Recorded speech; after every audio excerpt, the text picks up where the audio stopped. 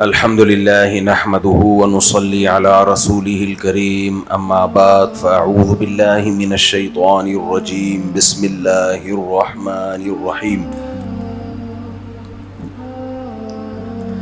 وما آتاكم الرسول فخذوه وما نهاكم عنه فانتهوا وقال الله تعالى وما أرسلنا من رسول إلا ليطاع بإذن الله وقال الله تعالى قل إن كنتم تحبون الله فاتبعوني يحببكم الله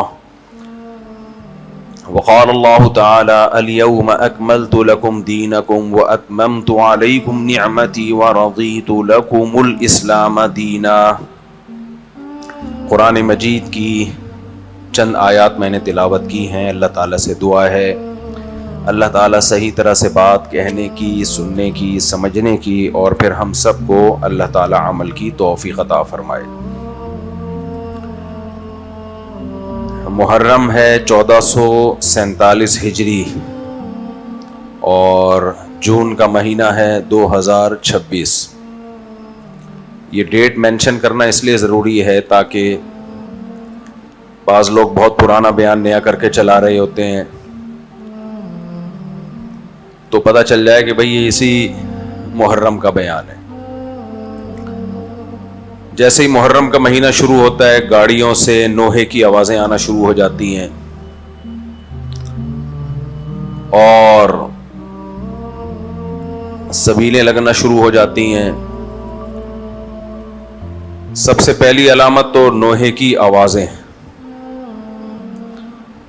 لوگ گانے بجانے چھوڑ کے مرثیے لگا دیتے ہیں، نوحے لگا دیتے ہیں۔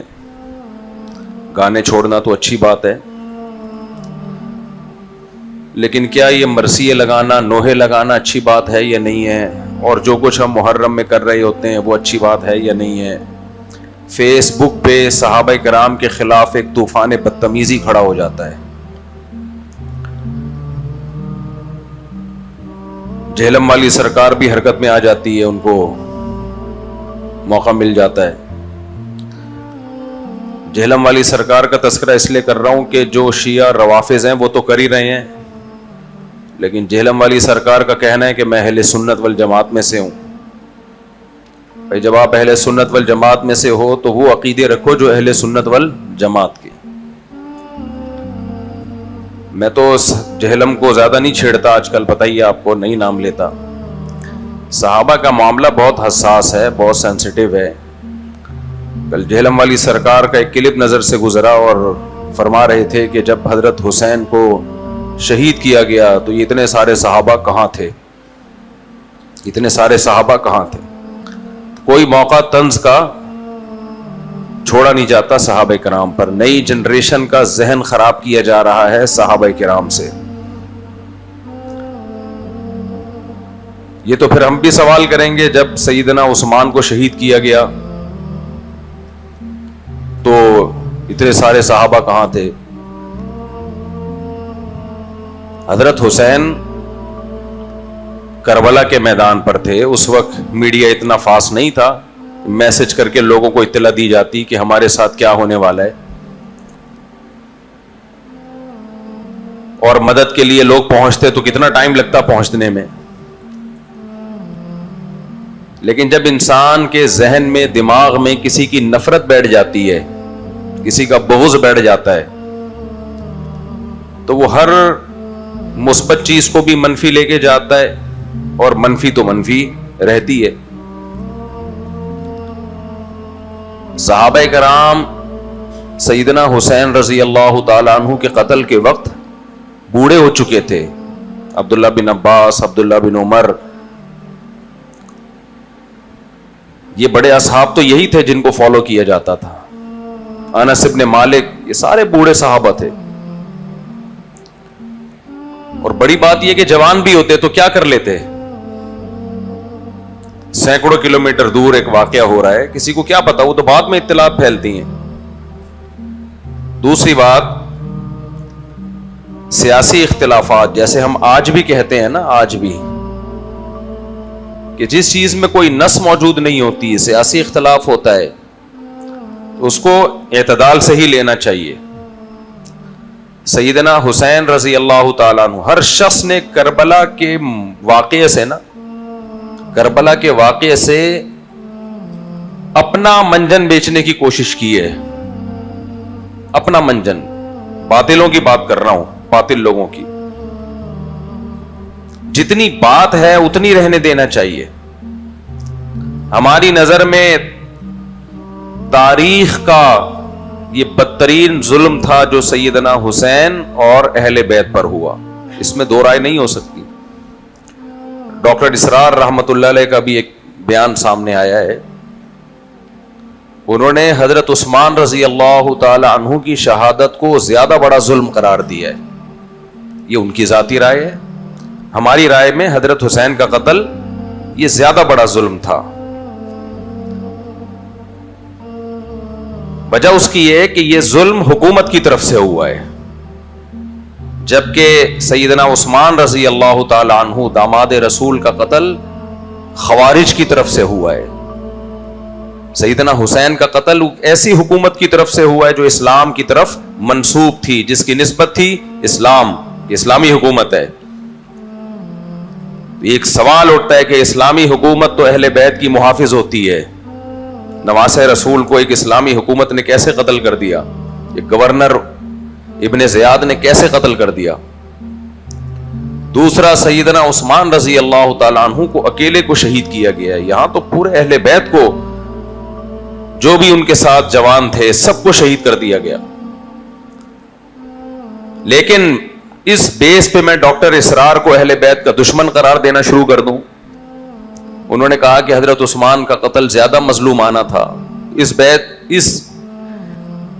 ان کے تجزیے پہ میں کہوں کہ وہ اہل بیت کے دشمن تھے تو یہ ظلم ہوگا کہ نہیں ہوگا؟ نیچے لوگوں نے گالیاں دی بھی ہیں، برا بلا کہا ہوا ہے ان کو. بھائی ان کی رائے ہے یہ. وہ سیدنا حسین کے قتل کو بھی ایک ظلمن قتل مانتے ہیں اور حضرت عثمان کے قتل کو بھی ظلمن قتل مانتے ہیں. تو اس میں تو دو رائے نہیں ہو سکتی. ہماری رائے یہی ہے، اہل سنت والجماعت میں اکثریت کی رائے یہی ہے کہ انتہائی بہیمانہ قتل، انتہائی ظالمانہ قتل نواسہ رسول صلی اللہ علیہ وسلم کا، اور اس کا اصل ذمہ دار عبید اللہ ابن زیاد یا کوفر کا گورنر تھا. یہاں بھی دیکھو، جب خالی ذہن ہو کے تحقیق کرو گے نا تو درست نتیجے تک پہنچو گے. خالی ذہن ہو کے، ہمارے ہاں خالی ذہن ہو کے تحقیق نہیں کی جاتی ہے. دو چیزیں ہمیشہ زندگی میں پلے میں باندھو زندگی بھر کے لیے. ایک، جب بھی کوئی اسکالر تقریر کرتا ہے یا تو اس کا تعلق ہوگا واعظ و نصیحت سے، لوگوں کو کسی بات پہ ابھارنا، موٹیویٹ کرنا. اس میں تقریر جذباتی بھی ہو سکتی ہے، بلکہ اس میں قرآن مجید کا انداز بیان بھی ایسا ہے کہ انسان کو جوش دلاتا ہے. سید الانبیاء صلی اللہ علیہ وسلم کا انداز بیان بھی بعض دفعہ ایسا ہے کہ ایک موٹیویشن ملتی ہے، جوش آتا ہے طبیعت میں، کلام میں مبالغہ پیدا کیا جاتا ہے. جیسے ہمارے نبی صلی اللہ علیہ وسلم نے ارشاد فرمایا، وہ شخص مومن نہیں ہے جو پیٹ بھر کے کھانا کھائے اور اس کا پڑوسی بھوکا سوئے. اب یہاں علماء لکھتے ہیں کیا مطلب؟ جس کا پڑوسی بھوکا سوتا ہے وہ کافر ہو گیا؟ نبی تو کہہ رہے ہیں کہ وہ مومن، بولیں نہیں ہے. بھائی ہم کہیں گے کہ اصل میں یہاں کلام میں ایک سختی پیدا کی گئی ہے. اصل میں کلام کا مطلب ہے مومن کہلانے کا مستحق نہیں ہے، تو وہ مومن، آپ پیٹ بھر کے کھائیں، آپ کا پڑوسی بھوکا سوئے، اس سے آپ کافر تھوڑی ہو جاتے ہو. لیکن موٹیویٹ کرنے کے لیے، موٹیویشن کے لیے کہ کام تو کم بخت کافروں والا کر رہا ہے، خود پیٹ بھر کے کھا رہا ہے، تیرا پڑوسی بھوکا سو رہا ہے، تو اس میں کلام میں مبالغہ پیدا کرنا یہ بلاغت ہے. مثال کے طور پر آپ گئے جمشید کے پاس ادھار لینے کے لیے، جمشید نے آپ سے جان چھڑانی ہے تو وہ کیا کہے گا؟ میرے پاس تو ایک دھیلا نہیں ہے. حالانکہ 5-10 روپے پان گٹکے کے پیسے تو اس کے پاس ہوتے ہیں، لیکن اگر وہ یہ کہے تھوڑے سے ہیں زیادہ نہیں ہے, کلام تو سچ ہو جائے گا, لیکن جو کام وہ آپ سے کروانا چاہتا ہے, کہ آپ کو مایوس کرنا چاہتا ہے, یہ مایوسی نہیں ہوگی. لہذا وہ کہتے ہیں میرے پاس تو ایک دھیلا نہیں ہے بھائی. آپ کو بھی پتا ہوتا ہے کچھ پیسے تو ہیں اس کے پاس. کلام میں مبالغہ پیدا کیا جاتا ہے. تو جب کسی کو کسی عمل پہ ابھارنا ہوتا ہے تو اس وقت موٹیویشن کے لیے کلام میں مبالغہ پیدا ہوتا ہے, کیا جاتا ہے. یہ عقل مند لوگ ہمیشہ سے کرتے رہے ہیں. دیکھو اللہ تعالیٰ نے قرآن میں قاتل کی سزا ہمیشہ کی جہنم بتائی ہے. قاتل کی سزا کیا بتائی ہے؟ کسی جرم پہ مسلمان کو ہمیشہ جہنم کی سزا نہیں سنائی گئی ہے, لیکن اللہ نے فرمایا جس نے کسی مومن کا قتل کیا ہمیشہ جہنم میں رہے گا وہ. سوال پیدا ہوتا ہے بھائی, ہمیں تو قرآن سے احادیث سے پتہ چلتا ہے کہ مسلمان کتنا ہی بڑا گنہگار ہو, ایک دن اپنے گناہوں کی سزا بھگتنے کے بعد جہنم سے نکل آئے گا. یہ عقیدہ ہے یا نہیں ہے؟ ہے بھائی, عقیدہ ہے, اجماعی عقیدہ ہے, صحابہ تابعین سے چلا آ رہا ہے. چاروں اماموں کا العقیدۃ الطحاویہ مشہور عقیدے کی کتاب ہے, اس میں بھی یہی ہے, مسلمان نکلے گا. سوال پیدا ہوتا ہے اللہ تعالیٰ نے پھر یہ کیوں کہا کہ اگر کوئی مسلمان کسی مسلمان کو قتل کر دے, یعنی مفہوم تو یہی ہے نا, تو ہمیشہ جہنم میں رہے گا, ہمیشہ رہے گا جہنم. بھائی بتانا, یہاں کہتے ہیں علماء نے لکھا ہے یہاں ہمیشہ مکھ سے طویل, بہت زیادہ عرصہ, اتنا عرصہ گویا کہ ہمیشہ. اب اگر اللہ بتاتے بہت زیادہ ٹائم جہنم میں جلے گا تو قاتل کہتا ہے یار نکل ہی آئیں گے نا. تو اللہ نے بتا دیا اتنا ٹائم گویا کہ ہمیشہ. جیسے لوگ کہتے ہیں میں تجھ سے کبھی بھی بات نہیں کروں گا, تو فوراً نہیں شروع کر دیتے, سال 2 سال لگاتے ہیں بات شروع کرنے میں. تو اللہ کے کلام میں بھی تعبیرات ہیں, نبی کے کلام میں بھی جتنے بھی واعظ و نصیحت والے لوگ ہوتے ہیں وہ ہمیشہ کلام میں موٹیویشن کے لیے مبالغہ پیدا کرتے ہیں. خوب اچھی طرح سمجھ لیں. لیکن جب کسی کوئی تحقیق پیش کی جاتی ہے, کوئی ریسرچ پیش کی جاتی ہے, اس میں مبالغہ پیدا کرنا یہ غلط ہے, یہ جائز نہیں ہے. کیوں؟ اگر آپ کی کوئی ریسرچ ہے اور اس میں آپ مبالغہ پیدا کر رہے ہو, اس کا مطلب ریسرچ پیش کرنا مقصد نہیں ہے, اس ریسرچ کے ذریعے کسی کام پہ ابھارنا مقصد ہے. تو کیوں آپ کام پہ ابھار رہے ہیں؟ ہم آپ سے ریسرچ مانگ رہے ہیں, آپ اس میں کسی چیز پہ ہمیں ابھارنا کیوں چاہتے ہیں؟ کربلا کا واقعہ عام طور پہ جس طرح سے پیش کیا جاتا ہے اس سے مقصد کربلا کے واقعے کی تحقیق نہیں, بلکہ بظاہر پہلے میں بتاؤں اہل بیت کی محبت پیدا کرنا مقصد, لیکن حقیقت میں اہل بیت کی محبت کا لیبل لگا کے صحابہ کا بغض پیدا کرنا مقصد. تو جب مقصد صحابہ کا بغض پیدا کرنا ہے تو ریسرچ پھر ریسرچ کے اسٹائل میں ہوگی یا زمین آسمان کے قلابے ملائے جائیں گے اس میں؟ بولو. پھر ریسرچ کے اسٹائل میں نہیں ہوتی. تو ہر شخص کربلا کے واقعے کو اس اسٹائل میں پیش کر رہا ہے جس سے وہ اپنے باطل عقیدے اور باطل نظریات آپ کو دینا چاہتا ہے, اپنے باطل نظریات. وہ کام جو سیدنا حسین نے نہیں کیے ان کاموں پہ ابھارا جاتا ہے.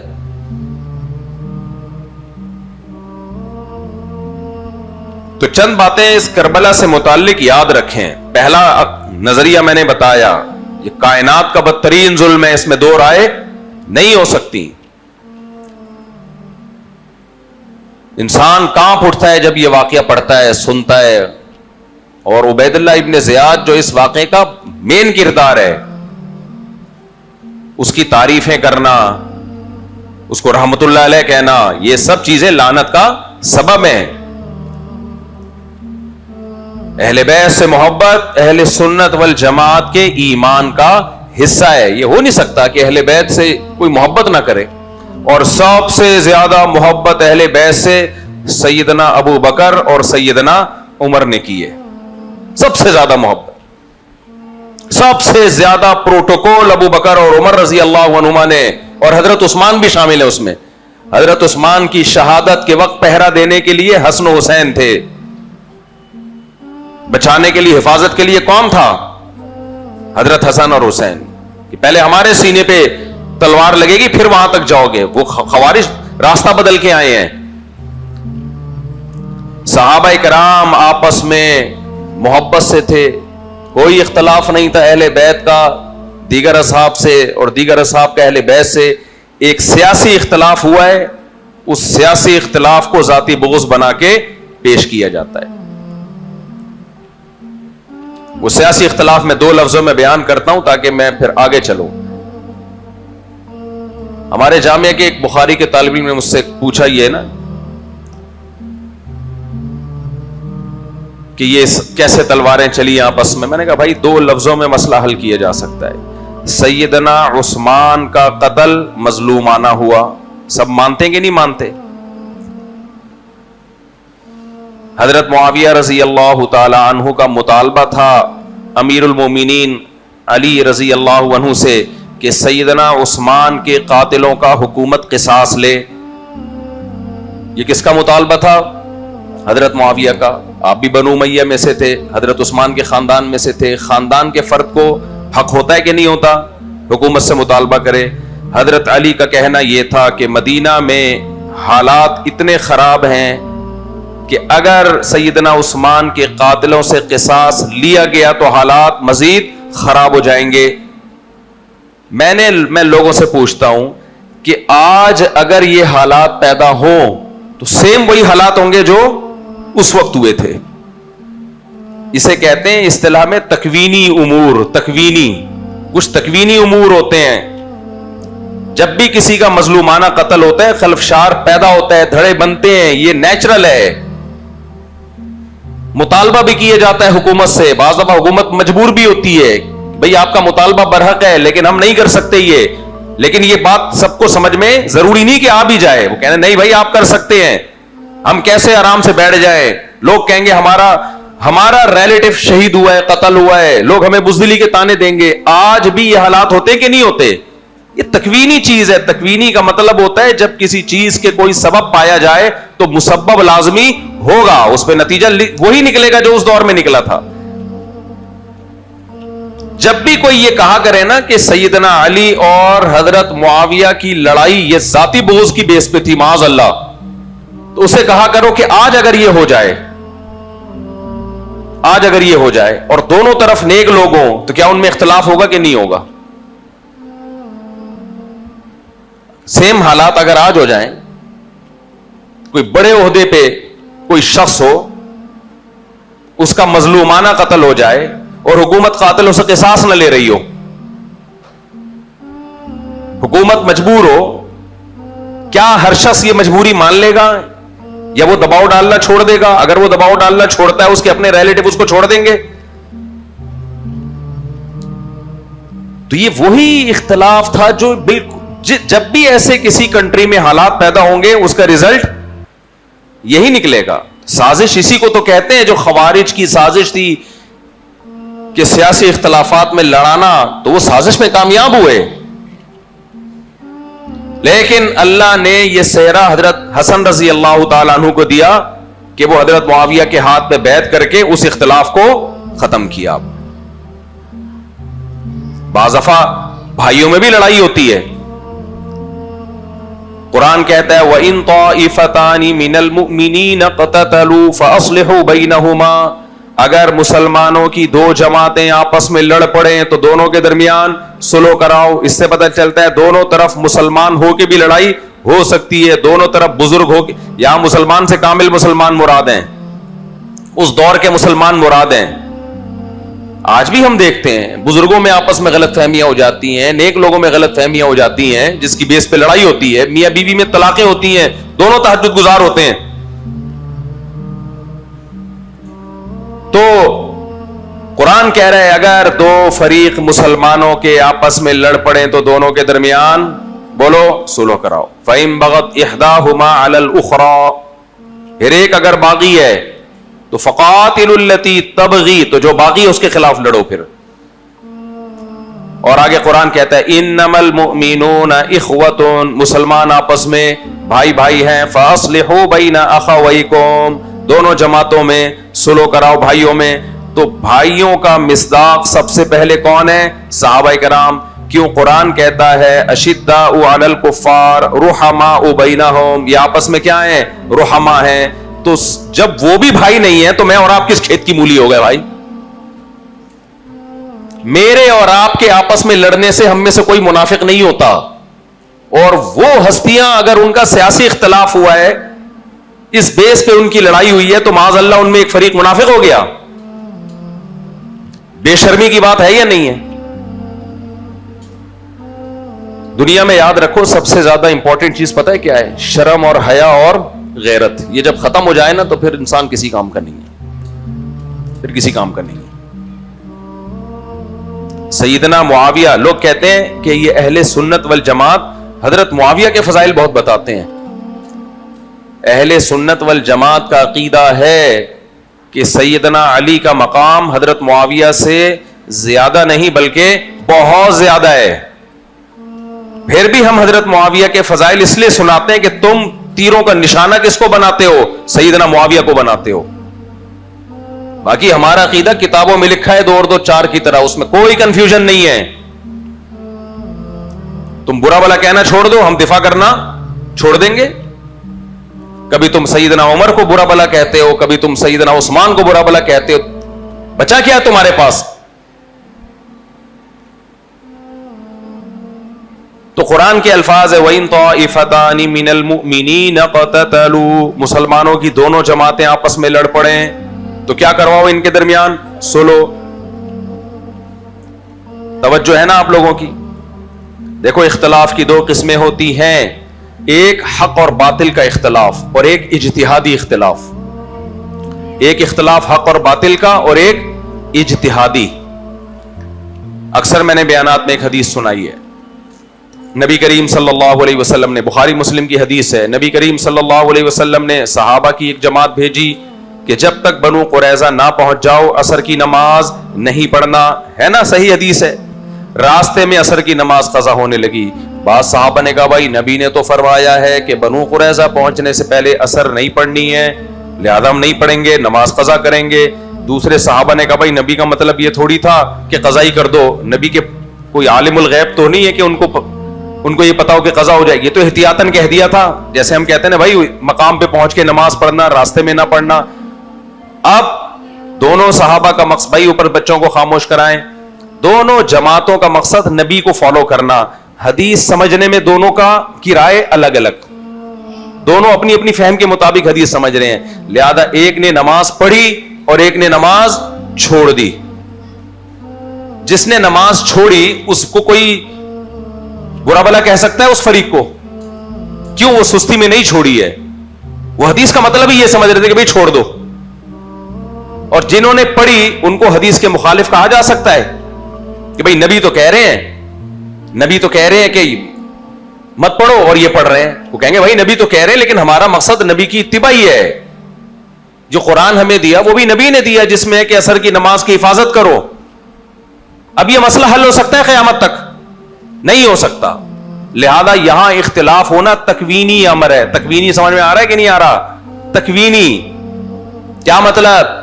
چولہے کے اوپر جب دودھ رکھو گے تو گرم ہوگا، یہ تکوینی امر ہے. اس طرح کے اختلافات تکوینی ہے، یہ ہوں گے لازمی، یہ ناممکن ہے کہ اس سے بچنا. جب دوسری شادی کی بات کرو گے چماٹے پڑیں گے، تکوینی ہے، تکوینی.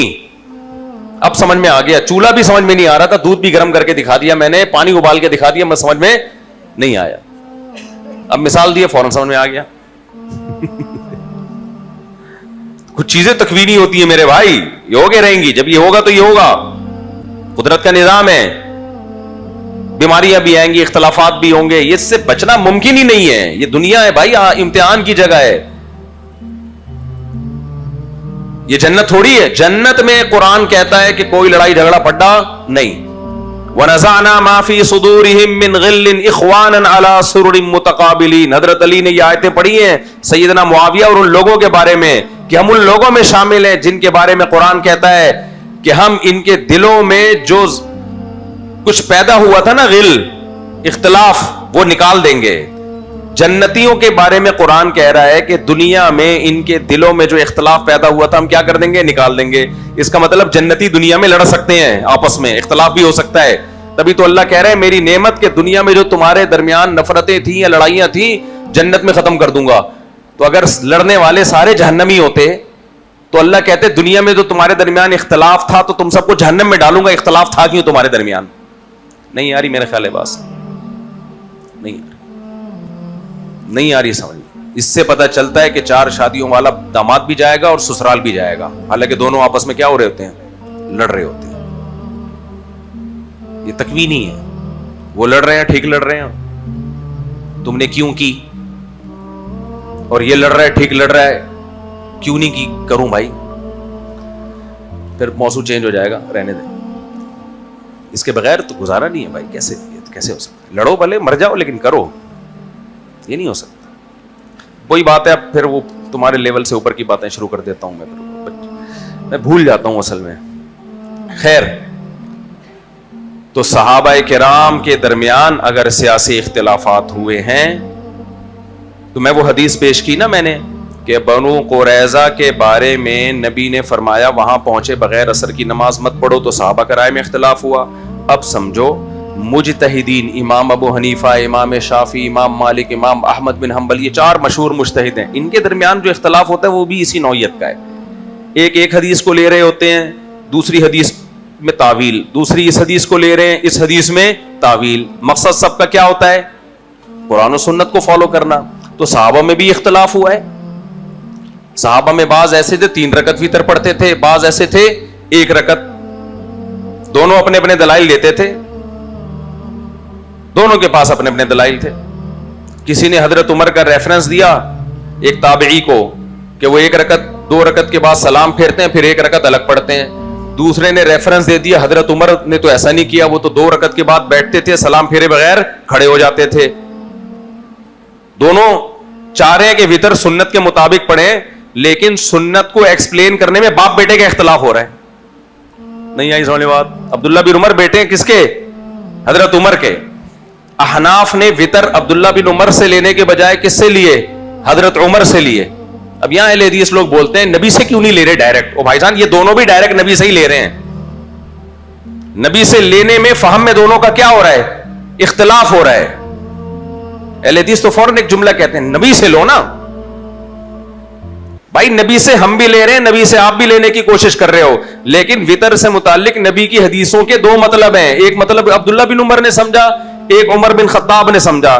احناف نے کس والے کن کی فہم کو ترجیح دے دی؟ عمر بن خطاب کی فہم کو. تو یہ فہم کا اختلاف ہوتا ہے, قرآن و سنت کا اختلاف نہیں ہوتا.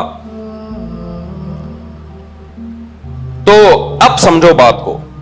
ہمیں سیدنا علی اور معاویہ رضی اللہ عنہما کا جو اختلاف ہوا, پہلے تو اختلاف سمجھ میں آیا. اختلاف کیا تھا؟ اختلاف یہ تھا, سب کو پتا ہے, کوئی ڈھکی چھپی بات نہیں ہے. حضرت معاویہ کی رائے یہ تھی کہ میں آپ کو اس وقت تک خلیفہ نہیں مانوں گا جب تک حضرت عثمان کے قاتلوں سے قصاص نہ لیا جائے. حضرت معاویہ معاذ اللہ نقل کفر حکومت کے لالچ نہیں تھی. اگر ہوتی تو نہ عثمان کے خلاف آپ نے بغاوت کی رضی اللہ عنہ, نہ حضرت عمر کے خلاف, نہ حضرت ابو بکر کے خلاف. تینوں نے آپ کو عہدے دیے ہیں, تینوں نے اعتماد کیا ہے آپ پر.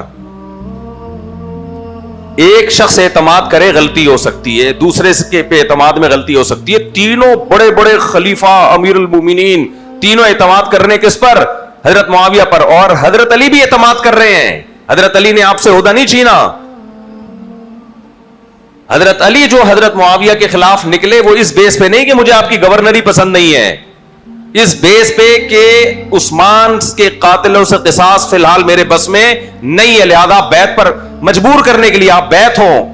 اور نہ حضرت معاویہ کا کہنا یہ تھا کہ میں آپ کو خلیفہ نہیں مانتا ہوں لیکن دباؤ ڈالنے کے لیے کہ پہلے قاتلوں کو لٹکایا جائے. اس میں کون سی ایسی راکٹ سائنس ہے بھائی جو سمجھ میں نہ آئے اور آپ صحابہ کو برا بلا کہنا شروع کر دیں؟ آج اگر یہ ہو تو آج بھی یہی اختلاف ہوگا, کل اگر ہو تو کل بھی یہی اختلاف ہوگا. تو اب کیا ہے؟ اب سمجھو بات کو. صحابہ کے 3 جماعتیں بن گئیں. صحابہ کی 3 جماعتیں اس اختلاف میں. ایک طرف حضرت معاویہ جو شام کے امیر تھے, آپ کی رائے یہ تھی کہ بیعت نہیں ہوں گا جب تک قاتلوں سے قصاص نہ لیا جائے. دوسری جماعت سیدنا علی کی کہ تلوار کی طاقت سے بیعت پر مجبور کیا جائے. بات آ رہی ہے سمجھ میں؟ تیسری ایک جماعت صحابہ کی کہ ہم نے کسی جھگڑے میں نہیں پڑنا. یہ 3 دھڑے بن گئے, یعنی رائے کے اعتبار سے کہ ہم نے دونوں طرف چونکہ مسلمان ہیں, ہم کسی کی سائیڈ بولو نہیں ہے. ہماری نظر میں یہ تینوں صحابہ کی تینوں جماعتیں برحق تھیں. تینوں کا مقصد اللہ رسول کی اطاعت, جس نے قرآن کی جس آیت اور حدیث کا جو مطلب سمجھا اس مطلب کے مطابق اس نے عمل کی کوشش کی. باقی مجتہدین کا, بعد والے مجتہدین کا کیا فیصلہ ہے؟ دیکھو اجتہادی اختلاف میں بعد کے لوگ ترجیح دیتے ہیں نا کہ درست رائے ان کی ہے, لیکن دوسرے کی رائے اجتہادی غلطی پر مبنی ہے, کسی خواہش نفس کی بیس پہ غلطی نہیں ہے. مثال کے طور پر امام ابو حنیفہ رحمہ اللہ تعالی کی رائے یہ ہے کہ سفر میں 2 نمازیں اکٹھی پڑھ سکتے ہیں, لیکن کیسے؟ ظہر کو عصر کے قریب, عصر کو اول وقت میں. امام شافعی کی رائے یہ ہے کہ نہیں, ظہر کے ساتھ ہی عصر پڑھ سکتے ہیں. لیکن امام شافعی سے جب پوچھا جائے کس کی رائے صحیح ہے, امام شافعی کیا کہیں گے؟ میری رائے زیادہ صحیح ہے. یہی کہیں گے نا. اگر امام حنیفہ زندہ ہو کے آئے, ہم ان سے کہیں کہ امام شافعی کی رائے زیادہ صحیح ہے یا آپ کی, وہ کیا کہیں گے؟ میری رائے زیادہ صحیح ہے. کیا خیال ہے؟ لیکن ہم ان سے اگر کہیں کہ امام شافعی کی رائے جب غلط ہے تو کیا وہ گمراہ تھے؟ وہ کہیں گے نہیں بھائی گمراہ نہیں تھے, دلائل سے انہوں نے جو سمجھا اس کے حساب سے فیصلہ کر دیا. آج آپ ہم سے پوچھیں گے تو ہم دونوں میں سے یا تو ہم تقلید کا راستہ اختیار کریں گے, بھائی ہمیں کیا پتا کس کی رائے صحیح ہے, ہم نے ایک فقہ کا التزام کیا اسی پہ ہم چلیں گے بس. اور اگر محقق بننے کی کوشش کریں گے تو دونوں میں سے کسی ایک رائے کو دلائل کی دنیا میں درست ثابت کرنے کی کوشش کریں گے. کیا خیال ہے؟ دوسرے پر طنز نہیں کریں گے.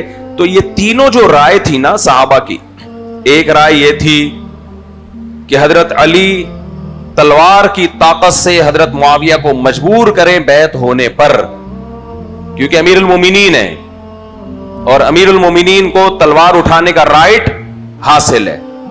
دوسری رائے یہ تھی کہ اگر امیر المومنین ہمیں زبردستی تلوار اٹھا کر بیعت پر مجبور کرتے ہیں تو ہم اپنے دفاع میں تلوار اٹھائیں گے اور مستقل یہ دباؤ ڈالیں گے کہ پہلے عثمان کے قاتلوں کو لڑا جائے. یہ دوسری رائے تھی, ہم مظلوم ہیں اور مظلوم کو دفاع کا حق ہے, ان کی دلیل یہ تھی. اور تیسرا فریق یہ تھا کہ جی دونوں طرف مسلمان ہیں, مسلمان کبھی مسلمان کے خلاف تلوار نہیں اٹھاتا, دلائل تینوں کے پاس ہیں, دلائل قرآن و سنت کے تینوں کے پاس ہیں. سیدنا علی رضی اللہ تعالیٰ عنہ کی دلیل کیا ہے؟ یہی قرآن کی آیت, فَإِن بَغَتْ إِحْدَاهُمَا عَلَى الْأُخْرَى فَقَاتِلُوا الَّتِي تَبْغِي. اگر ایک فریق باغی ہے تو جو باغی ہے اس کے خلاف لڑو. وہ کہتے تھے جب میں امیر ہوں تو جو خلافت کو نہیں مان رہا, بیعت نہیں ہو رہا, وہ اصطلاح میں کیا کہلائے گا؟ باغی کہلائے گا. پہلے سلو کی کوشش ہوگی, نہیں ہوگی تو قرآن کی اس آیت نے مجھے تلوار اٹھانے کا حق دیا. اور بہت سے صحابہ اسی بیس پہ کس کے ساتھ ہو گئے؟ حضرت عمار یاسر کے ساتھ, حضرت علی کے ساتھ. اور آپ بخاری کی حدیث سن کے حیران ہو جائیں گے, پہلی جب جنگ جمل میں سیدنا معاویہ کے ساتھ حضرت عائشہ بھی تھیں, ان کا خیال یہ تھا کہ حضرت علی پہ دباؤ ڈالنا چاہیے. تو عمار ابن یاسر رضی اللہ تعالی عنہ نے کیا تقریر کی ہے کہ ہمیں معلوم ہے کہ تمہارے ساتھ محمد صلی اللہ علیہ وسلم کی زوجہ ہیں, معلوم ہے, اور ہمیں یہ بھی پتا ہے. یعنی کس کے ساتھ تھی؟ حضرت معاویہ کے ساتھ. ہمیں معلوم ہے اس فوج میں تمہارے ساتھ کون ہے؟ سیدہ عائشہ ہیں. اور ہمیں یہ بھی معلوم ہے جیسے وہ پیغمبر کی دنیا میں بیوی ہیں آخرت میں بھی بیوی ہیں. کوئی اپنے مخالفین کو ایسے اچھے القاب سے یاد کرتا ہے؟ آج کے دور کے لوگ ہوتے جو منہ پھاڑ کے بیٹھے ہوئے صحابہ کے خلاف میڈیا پہ, وہ کہتے آپ معاذ اللہ نقل کفر کفر نباشت، آپ جنتی تھی اب نہیں ہیں، معاذ اللہ، ایسے الزام لگاتے نا. حضرت عمار بن یاسر کہہ رہے ہیں ہمیں معلوم ہے اللہ کی قسم آپ جیسے دنیا میں پیغمبر کی زوجہ، جنت میں بھی پیغمبر کے ساتھ، لیکن ہمیں اس اللہ نے آزمائش میں ڈال دیا ہے. کس اللہ نے؟ اس اللہ نے کہ اللہ قرآن میں کہہ رہے جو باغی جماعت ہے اس کے خلاف تلوار اٹھاؤ. اب اللہ ہمیں آزما رہا ہے ہم قرآن کی اس آیت پر عمل کرتے ہیں یا پیغمبر کی زوجہ کا خیال کر کے تلوار اٹھانے سے رک جاتے ہیں. کیا مطلب؟ ہمیں کوئی بغض نہیں ہے ذاتی، کوئی ذاتی بغض نہیں ہے. قرآن کہہ رہے ہیں مجبور ہیں ہم اس قرآن کے آگے. یہ موقف کن صحابہ کا تھا؟ جو سیدنا علی کے ساتھ تھے. سمجھ میں آ رہی ہے بات کہ نہیں آ رہی ہے؟ جو سیدنا معاویہ کے ساتھ تھے ان کا کیا موقف تھا؟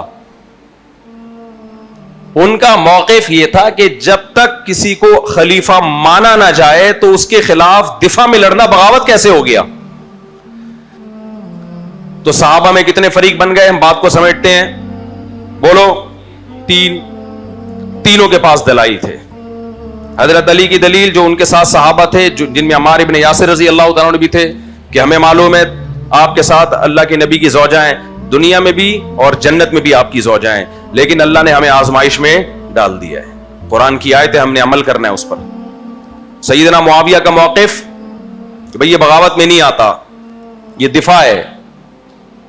یہ کیا ہے؟ یہ دفاع ہے، اور اس کا مقصد کوفہ پہ قبضہ کر کے اپنی خلافت قائم کرنا نہیں ہے یا مدینہ پہ قبضہ کرنا نہیں ہے.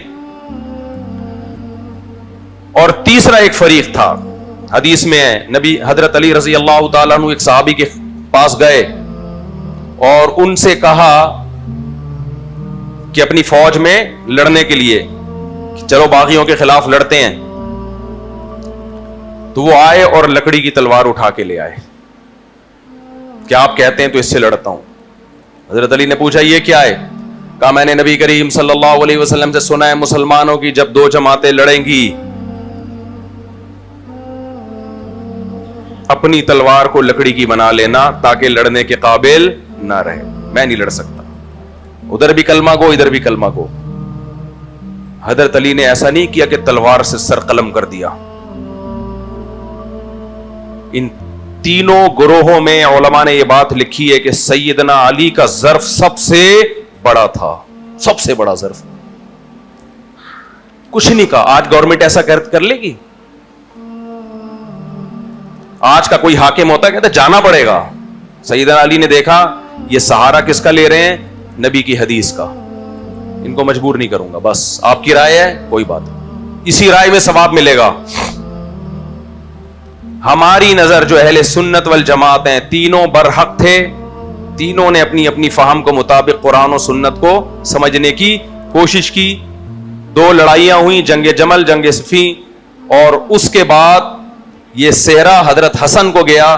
سیدنا علی کو خوارج نے شہید کیا، حضرت معاویہ کے لوگوں نے شہید نہیں کیا.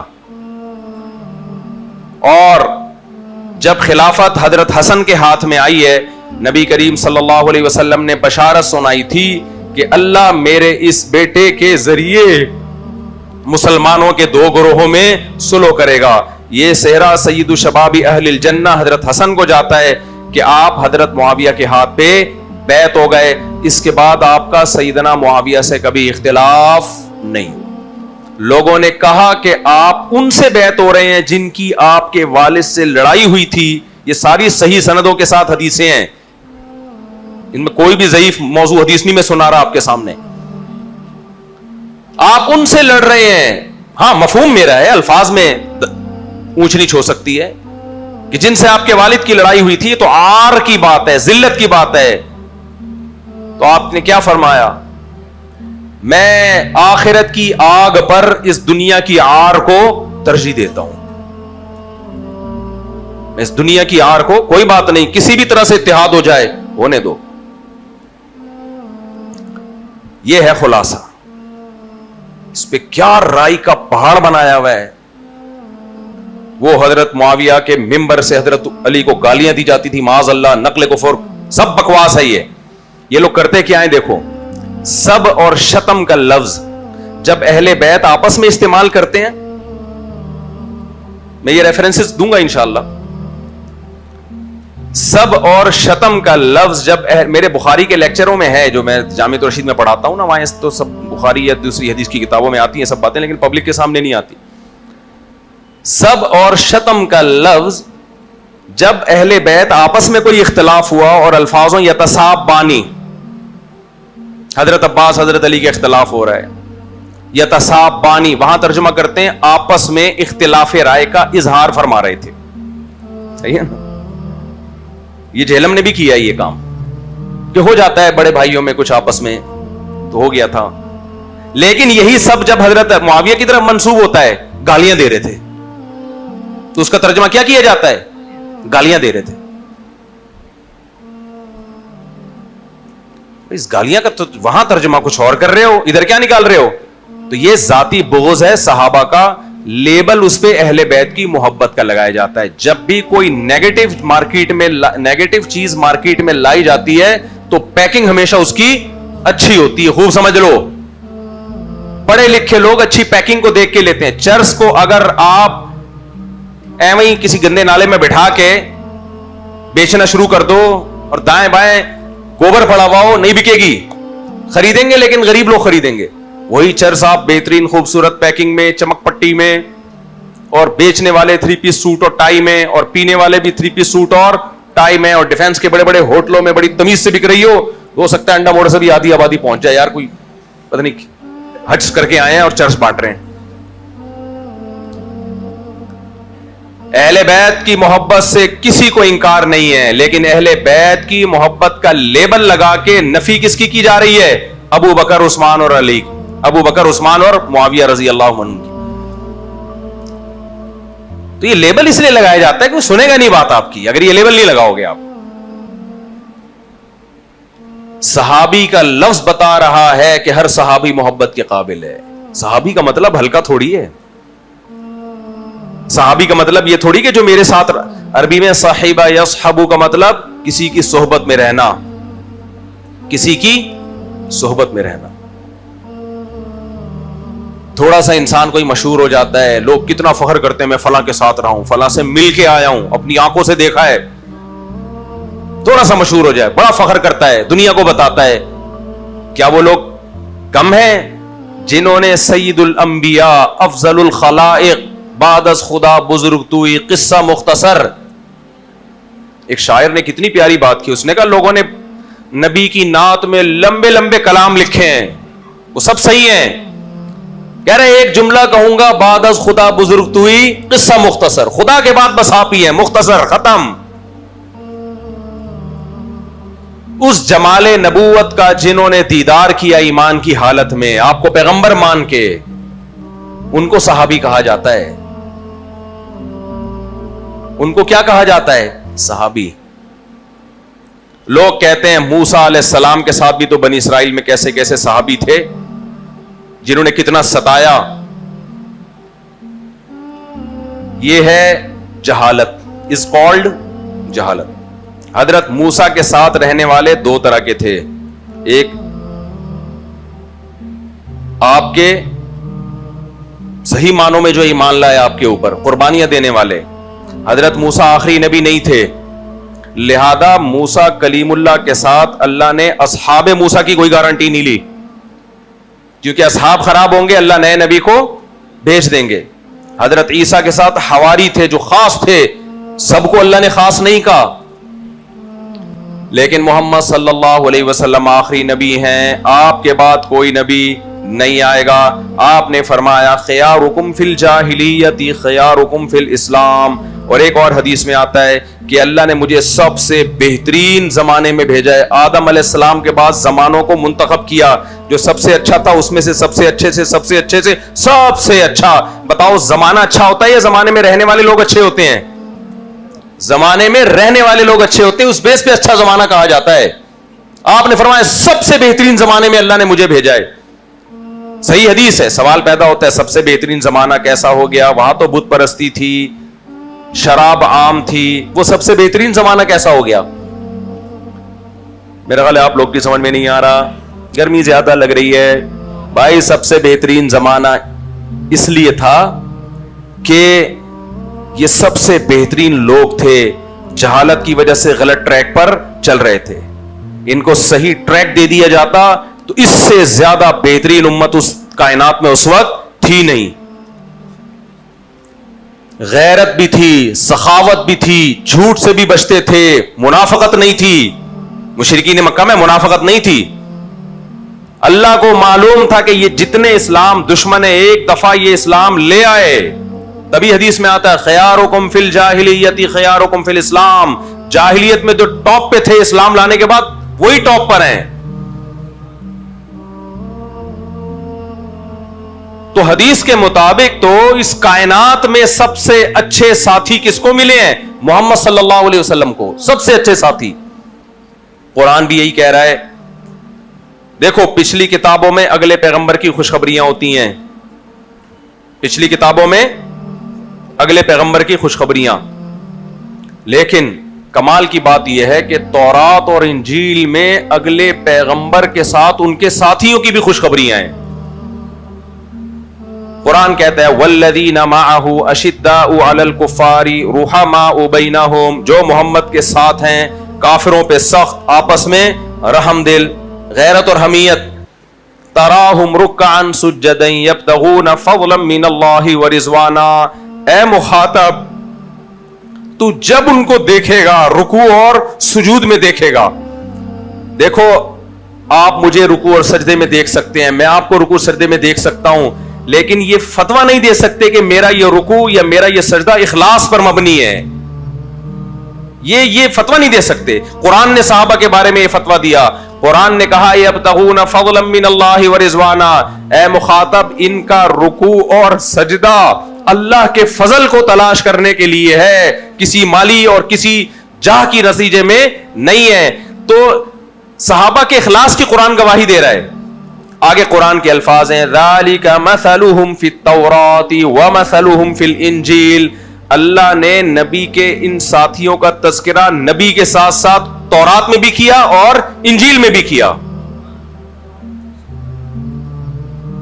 جب بھی نیا نبی آتے ہیں پرانے نبی خوشخبریاں دیتے ہیں نا, قرآن سے پتہ چلتا ہے, تو ان نئے نبی کی علامتیں بھی بتائی جاتی ہیں کہ نہیں بتائی جاتی. آج تک تورات اور انجیل میں ہمارے پیغمبر کی علامتیں موجود ہیں. تو علامتوں میں مختلف قسم کی علامتیں بتائی جاتی ہیں. ان علامتوں میں ایک بڑی علامت یہ بتائی گئی کہ ان کے ساتھی بڑے خاندانی ہوں گے. ان کو جو لوگ ملیں گے وہ کیا ہوں گے؟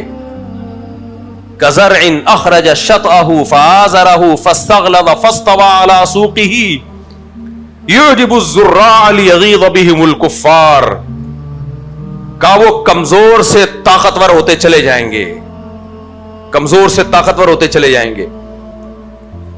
وہ کمزور پہلے ابو بکر صدیق کی صورت میں ظاہر ہوں گے. قرآن کہہ رہے جیسے ایک کوپل نکلتی ہے نا, تناور درخت پہلے کمزور ہوتا ہے, چاروں طرف سے طوفان اسے توڑنے کی اور اکھاڑنے کی کوشش کرتے ہیں. کسان اپنے پانی سے سینچ کے اور چاروں طرف باڑیں لگا لگا کے اس کی کیئر کرتا ہے. ایک وقت آتا ہے کہ یہ درخت انتہائی طاقتور, اب اسے دنیا کی کوئی طاقت اکھاڑ نہیں سکتی. قرآن کہہ رہے ہم نے صحابہ کرام کی یہ مثال تورات اور انجیل میں بیان کی, آج بھی جا کے پڑھ لو. اس میں ہے کہ یہ پہلے بہت کمزور ہوں گے, جیسے ابو بکر رضی اللہ تعالیٰ عنہ, بلال حبشی رضی اللہ تعالیٰ عنہ, خباب ابن ارت رضی اللہ تعالیٰ عنہ. ظلم ہو رہا ہے, بچا نہیں پا رہے اپنے آپ کو, حکم دیا جا رہا ہے صبر کرو, اور نبی کریم صلی اللہ علیہ وسلم اپنے خون اور پسینے سے اس باغ کو سینچ رہے ہیں, بچانے کی کوشش کر رہے ہیں. ہوتے ہوتے تھوڑے عرصے میں یہ درخت اتنا طاقتور کہ روم اور فارس کی سلطنتوں کے تختے انہوں نے ادھیڑ دیے. اور ایسا یہ لشکر دنیا میں آج داؤ اٹلی میں لکھا ہوا ہے مسلمان فوجیں یہاں تک آ گئی تھیں. تو یہ صحابہ کرام اور ان کے شاگرد تھے جن کے اوصاف کون بیان کرتا ہے؟ قرآن. اور آپ کو پتا ہے سب سے زیادہ اسلام پھیلا سیدنا معاویہ رضی اللہ تعالیٰ عنہ کے دور حکومت میں ہے, سب سے زیادہ. بنو امیہ کے بڑے کارنامے ہیں, ان کی چند غلطیوں کی بیس پہ پوری خلافت کو آج ہم جو سندھ میں مسلمان ہیں, یہ بنو امیہ میں محمد بن قاسم آیا تھا, بنو امیہ میں بڑے بڑے محدثین پیدا ہوئے, انہی کے دور حکومت میں بڑے بڑے فقہا پیدا ہوئے, بنو عباس میں بھی, بنو امیہ میں بھی, خلافت عثمانیہ میں بھی. کچھ اسکالر کے دماغ میں گوبر بھرا ہوا ہے, وہ بیٹھ کے منفی چیزیں نکال کے. ایک صاحب تقریر کر رہے تھے, میں لاہور گیا کسی جلسے میں, تو تقریر کیا کر رہے ہیں, تقریر یہ کر رہے ہیں جلسے میں کہ خلفائے راشدین کے دور میں خلافت قائم ہوئی تھی, اس کے بعد ظالموں کی حکومتیں آئیں اور ظلم بربریت کو علماء بھی پروموٹ کرتے رہے, ظالموں کی حکومت آئیں اور صرف ظلم ہوتا رہا. فقہی حکومتیں تھیں, اسلامی حکومتیں نہیں تھیں, اور اب جا کے ہم اسلامی حکومت قائم کریں گے. میں نے کہا تو 1400 سال میں تیرے باپ نہیں کر سکا, تو کیا کرے گا بیٹھ کے یہاں پہ اور جلسے میں تقریر کر رہا ہے. اتنی بدگمانیاں پھیلا دیں. دیکھو میں ایک چیز کی ایک مثال دیتا ہوں, بس اس مثال کے بعد بیان ختم کرتا ہوں. اگر آپ کسی کی زندگی اٹھاؤ اور جو الٹے کام اس نے کیے ہیں صرف انہی پر کتاب لکھو, اس کتاب کو پڑھنے کے بعد اس شخص کا امیج کیا بنے گا کہ یہ بندہ انتہائی درجے کا کرپٹ آدمی تھا, چاہے کتنا نیک ہو وہ. بلکہ آپ اپنی زندگی اٹھا کے خود لکھو, ایک دن میں یہ پکڑا گیا تھا, ایک دن میں نے یہ کیا تھا, ایک دن میں نے یوں کیا تھا, ایک دن میں نے یوں کیا تھا, ایک دن میں نے یوں کیا تھا. آپ کو اپنے آپ سے نفرت ہو جائے گی. بھائی جب بھی کسی کی شخصیت کے بارے میں بات کی جاتی ہے, اس کے تمام پہلو, قیامت کے دن بھی دیکھو اللہ تعالیٰ نیکیاں اور برائیاں تولے گا. یہ نہیں کرے گا برائیاں لے کر آؤ, نہ بھائی سب کو بیلنس کرو. یہ کمبخت کیا کرتے ہیں, اسلامی حکومتوں میں جو منفی کام ہوئے ان پر کتابیں لکھ رہے ہوتے ہیں. وہ پڑھ کے انسان کہتا ہے یہ ہم تھے کیا یہ, لیکن جب کارنامے دیکھے جاتے ہیں, انہی حکومتوں میں ابو حنیفہ پیدا ہوئے, فقہ مدون ہوا, امام شافعی پیدا ہوئے, امام احمد پیدا ہوئے, امام مالک پیدا ہوئے, فقہ کو مرتب کیا گیا, محمد بن قاسم جیسے مجاہدین پیدا ہوئے, اور اٹلی, فرانس, کہاں تک ہماری فوجیں پہنچی, افریقہ پورا فتح ہوا, اور بخاری لکھی گئی ہے, مسلم لکھی گئی ہے, ابو داؤد لکھی گئی ہے, حدیث مدون ہوئی. پوری اسلامی مملکت میں کوئی غیر مسلم کنٹری ہماری طرف آنکھ اٹھا کے نہیں دیکھ سکتا تھا. خلافت عثمانیہ میں اسرائیل نے خلیفہ یہودیوں نے خلیفہ سے کہا تھا کہ غزہ جو فلسطین ہے اس کی تھوڑی سی زمین ہمیں دے دو. اس نے کہا شاپر میں مٹی اٹھا کے لے جانے کی اجازت نہیں دوں گا, آنکھ نکال دوں گا تیری اگر فلسطین کی طرف آنکھ اٹھا کے دیکھی. یہ پازیٹو کام ہے جو کہ کہاں ہوئے ہیں, ہماری سلطنتوں میں ہوئے ہیں. لیکن ایک طبقہ ایسا ہے جو نیگیٹو چیزوں کو جمع کر کے امت کو بدگمان کر رہا ہے. تو میرے بھائی ایسے تو ابھی ایک میرے بارے میں کسی نے کلپ بنایا, جتنے میرے بیان جن میں خواتین کی مخالفت جھلک رہی ہے نا وہ سارے اکٹھے کر کے چلا دیے. مثال کے طور پر میں کسی بیان میں کہہ رہا ہوں آج کل خواتین شوہر کی اطاعت نہیں کرتی, وہ کٹ کے چلا دیا. دوسرے بیان میں کہہ رہا ہوں کہ خواتین کو چاہیے شوہر کو سربراہ مانے, وہ چلا دیا. تیسرے بیان میں کہہ رہا ہوں مرد اگر کبھی غصہ کر لے تو عورت کو برداشت کرنا چاہیے, وہ بھی لگا دیا. اس سے میسج یہ جا رہا ہے کہ آدمی تو بس بادشاہ ہے, وہ جو مرضی کرتا رہے, ساری ذمہ داری کس پر ہے, عورت پہ. اس کمبخت نے اتنا دماغ لڑا کے یہ چلا دیا ہے. تو میں نے اپنے ساتھیوں سے کہا بھائی اب الٹا والا چلا دو, لیکن وہ چلانے کا ٹائم کہاں ہے کس کے. ہمارے پاس ایسے فارغ بندے تھوڑی, کہاں سے کون سے بیان میں اتنے سارے بیانات سننے پڑیں گے. اس کو تو کسی نے پیسے دے کے بٹھا دیا ہوگا, ہم کہاں سے نکالیں بھائی. سارے وہی والے نکالیں جس میں آدمیوں عورتوں کے فضائل ہیں. میں نے کہا نکال بے سارے. وہ کہہ رہے کہاں سے نکالوں, کون سا بیان. میں نے کہا مجھے تو نہیں پتا کون, بیچ میں بہت دفعہ آیا ہے. اب کسی کو بٹھانا پڑے گا کہ یار جتنے ہیں وہ سارے نکال کے لا. تو آپ کسی کے بھی منفی چیزوں کو نکال کے جمع کرو تو جو امیج بنے گا وہ یہ کہ اس سے زیادہ غلیظ اس کائنات میں کوئی ہے ہی نہیں. تو یہ کمبخت بغض صحابہ میں بے شرم بے غیرت لوگ, ان کو جتنی گالیاں تو کم ہیں. یہ یہی کر رہے ہوتے ہیں کہ ہماری بنو امیہ کی تاریخ, بنو عباس, خلافت عثمانیہ اور اندلس کی خلافت, اس میں جو منفی کام ہوئے ہیں وہ سارے نکال کے امت کے سامنے لے آتے ہیں, اور لوگ کہتے ہیں مسلمانوں میں کبھی انسان کا بچہ پیدا ہوا ہی نہیں ہے. ایسا نہیں ہے میرے بھائی, ایسا نہیں ہے. ہمارا ایک شاندار ماضی ہے. سائنس میں بھی ہم آگے تھے, اسلام میں بھی ہم آگے تھے. ہر تعلیم میں انگریزوں نے 400 سال ہماری یونیورسٹیوں میں جا کے پڑھا ہے. یورپ میں جو 500 سال پہلے انقلاب آیا ہے نا سائنس کا, یہ ہماری مرہون منت ہے. وہ کہتے ہیں کمبختوں تمہیں آتا واتا کچھ نہیں ہے, تم بیٹھ کے کبھی کہتے ہو زمین چپتی ہے, کبھی کہتے ہو یہ ہے زمین. مسلمانوں کو دیکھو کہاں سے کہاں پہنچ گئے وہ. تبھی تو مذہب سے بغاوت ہوئی ہے. ایک مسلمانوں اسکالرز ہیں, ایک تم لوگوں 400-500 سال ہماری یونیورسٹی میں پڑھے یہ لوگ. اور ایک انگریز کا قول ہے, ایک انگریز نے کہا ہے کہ اگر مسلم سائنٹسٹ نہ ہوتے تو آج جو ہم ترقی ہے کم سے کم 500 سال ہمیں لگتے ہیں یہاں پہنچنے میں. اور ایک ہندو اسکالر کا بیان میں نے خود سنا ہے, اس نے کہا کہ آج ہمیں یہ ملتا ہے کہ میڈیکل سائنس میں فلاں مسلم سائنٹسٹ, فلاں ہندو سائنٹسٹ, فلاں سائنسدان سکھ ہے, فلاں سائنسدان انگریز ہے, فلاں فرینچ ہے, فلاں جرمن ہے. کہہ رہے لیکن اس زمین نے 1000 سال ایسے دیکھے ہیں, فزکس میں کون ماہر؟ مسلم. میڈیکل سائنس میں کون ماہر؟ مسلم. فلکیات میں کون ہے؟ مسلم. کیمسٹری میں کون ہے؟ مسلم. مسلم کے علاوہ 1000 سال کوئی نام ہی نہیں ملتا کسی اور کا. یہ بھی ہمارے شاندار کارنامے ہیں, لیکن ایک بدبودار غلیظ طبقہ ایسا ہے جو آپ کے سامنے اسلامی حکومتوں کا اور اسلامک اسکالرز کا ہمیشہ منفی اور نیگیٹو پہلو سامنے لے کر آئے گا, جس سے ایسے لگتا ہے مسلمانوں نے ڈھنگ کا کام کبھی اس کائنات میں کیا ہی نہیں ہے. اور پھر وہ کہتے ہیں اب ہم اصلاح کریں گے. 1400 سال سے کم وقت کوئی نہیں کر سکا, تو اب کہاں سے؟ ایک صاحب کہہ رہے ہیں اب ہم اسلامی حکومت لے کر آئیں گے. میں نے کہا بس کر دے, تو پتہ نہیں کیا لے کر آئے گا. تو یہ نہیں ہے میرے بھائی, ہمارا شاندار ماضی ہے.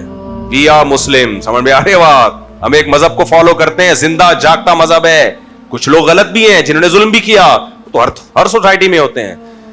اور اب تو ہمارے حالات خراب چل رہے ہیں ہماری وجہ سے نہیں, تو ان کمبختوں کی وجہ سے. یہ ہمیں جینے کہاں دیتے ہیں. یہ جو بیرونی طاقتیں ہیں, ہمارے پاس جو وسائل ہیں وہ ہمارے قبضے میں ہی نہیں ہے, تو یہ ہمیں تھوڑی پنپنے دے رہے ہیں. ہمیں نہیں پنپنے دو, یہ ہماری کوتاہیاں نہیں ہیں. ہمارے ملک میں کوئی پنپنے نہیں دیتے یہ لوگ. اس پہ زیادہ میں بات نہیں کر سکتا, بہت لمبی ایک نئی تقریر شروع ہو جائے گی. ہمیں خود معیشت کے ماہرین نے بتائی ہے یہ بات کہ پاکستان کے پاس جو وسائل ہیں, بہت کچھ پابندیاں ہیں ہمارے اوپر, یہ کبھی نہیں پنپنے دیتے ہمیں. تو یہ صرف اپنے لیے اچھے ہیں, ہمارے لیے بالکل بھی اچھے نہیں ہیں, اس لیے کہ دنیا میں جو کمزور ہوتا ہے اسے جینے کا حق نہیں ہوتا. تو اس لیے میرے بھائی ہمارا ماضی اتنا برا نہیں ہے. ہمارے صحابہ بہت اچھے, ہمارے تابعین بہت اچھے, ہمارے چاروں امام ابو حنیفہ, مالک, شافعی, احمد بن حنبل بہت اچھے, ہمارے امام بخاری بہت اچھے, امام مسلم بہت اچھے, امام ابو داؤد بہت اچھے, ہماری حکومتیں بنو امیہ بہت اچھے, بنو عباس بہت اچھے, خلافت عثمانیہ خاندانی, اندلس کی خلافت خاندانی, سارے اچھے تھے. بیچ میں کچھ گڑبڑ بھی ہوتی رہی ہے, وہ تو آپ کے گھر میں بھی ہوتی ہے میرا خیال. ایک صاحب مجھے کہنے لگے میرے 4-6 بچے, ایک بچہ بڑا نالائق ہے. میں نے کہا 6 میں ایک نالائق ہونا تکوینی امر ہے. یہ کیا ہے؟ تکوینی ہے. یہ تکوینی ہے, یہ ہوگا. ایسا نہیں ہو سکتا کہ 6 کے 6 اچھے نکل جائیں. یہ نہیں, ایک آڑا ترشا ہوتا ہے. اللہ عمل کی توفیق عطا فرمائے. آج کے بیان سے متعلق ایک اور اہم بات سمجھ لیں. میں نے بتایا تھا نا کہ کربلا کے واقعے سے ہر شخص اپنا مطلب نکالنے کی کوشش کرتا ہے. کچھ لوگوں نے اس کو صحابہ کے بغض نکالنے کی کوشش کی ہے اس پہ, جیسے میں نے بتایا اعتراض کرتے ہیں کہ باقی سارے صحابہ کہاں تھے. کچھ لوگوں نے اس پہ بھی خوارج کی تائید کے لیے بھی یہ واقعہ پیش کرتے ہیں کہ آج کے مولوی حکومت وقت کے خلاف کھڑے کیوں نہیں ہوتے. سیدنا حسین تو کربلا کے میدان میں کھڑے ہوئے اور پھر بغاوت کے فضائل سنانا شروع کر دیتے ہیں کہ ریاست کے خلاف نکلو, بغاوت کرو. سیدنا حسین رضی اللہ تعالی عنہ بغاوت کے لیے نہیں نکلے تھے. بغاوت کا مطلب مسلح لڑائی, صرف اور صرف تفتیش احوال کے لیے آپ کا سفر تھا عراق کا, تفتیش احوال کے لیے, بغاوت کے لیے نہیں تھا. اس کی سب سے بڑی دلیل یہ کہ کوئی بھی شخص جو لڑائی کے لیے نکلے وہ خواتین اور بچوں کے ساتھ کبھی بھی ٹریول نہیں کرتا, جبکہ کربلا میں سیدنا حسین رضی اللہ تعالیٰ عنہ کے ساتھ پاک دامن اہل بیت کی باپردہ مستورات اور بچے بھی موجود تھے. اسی وجہ سے ہم کہتے ہیں کہ سیدنا حسین کا قتل انتہائی مظلومانہ تھا. اس کی مظلومیت اس وجہ سے بڑھ گئی ہے کہ آپ کی نیت لڑائی کی نہیں تھی, بغاوت کی نہیں تھی. تو اس لیے آج ملک میں بہت سے لوگ دھماکے کر رہے ہیں, بہت سے لوگ اسٹیٹ کے باغی بنے ہوئے ہیں اور لیبل لگاتے ہیں کہ حضرت حسین نے بھی تو یہ سب کچھ کیا تھا. حضرت حسین نے یہ سب کچھ نہیں کیا تھا جو آپ کر رہے ہیں. ملک میں بدامنی پھیلانا, اسٹیٹ کے خلاف دھماک. ہاں, احتجاج کرنے کا حق سب کو ہے. اسٹیٹ کے خلاف اگر اسٹیٹ کوئی ظلم کر رہی ہے, کس نے منع کیا احتجاج کرنے سے؟ اور یہ لوگ احتجاج بھی نہیں کرتے. اس لیے ٹی وی پہ جو کچھ اسکالرز آ کے بڑی بڑی باتیں کر رہے ہیں نا, ایک اسکالر نے کہا موسیٰ علیہ السلام بھی تو فرعون کے مقابلے میں آئے تھے, تو یہ مولوی لوگ کیوں نہیں آتے؟ موسیٰ علیہ السلام فرعون کے محل میں جا کے فرعون کو نصیحت کی تھی آپ نے, تلوار لے کے نہیں گئے تھے فرعون کے دربار میں سر قلم کرنے کے لیے اور دھماکے کرنے کے لیے. تو علماء تو یہ کام بھی کر رہے ہوتے ہیں, حکمرانوں سے ملتے ہیں, ان کو سمجھا بھی رہے ہوتے ہیں, اور یہ لوگ وہ کام بھی نہیں کر رہے جو حضرت موسیٰ نے کیا تھا, اور پیکج وہ دے رہے ہیں جو حضرت موسیٰ نے نہیں کیا. امت کو پیکج وہ دے رہے ہیں جو موسیٰ علیہ السلام نے کیا ہی نہیں ہے, اور کام اتنا بھی نہیں کر رہے جتنا موسیٰ علیہ السلام نے کیا تھا.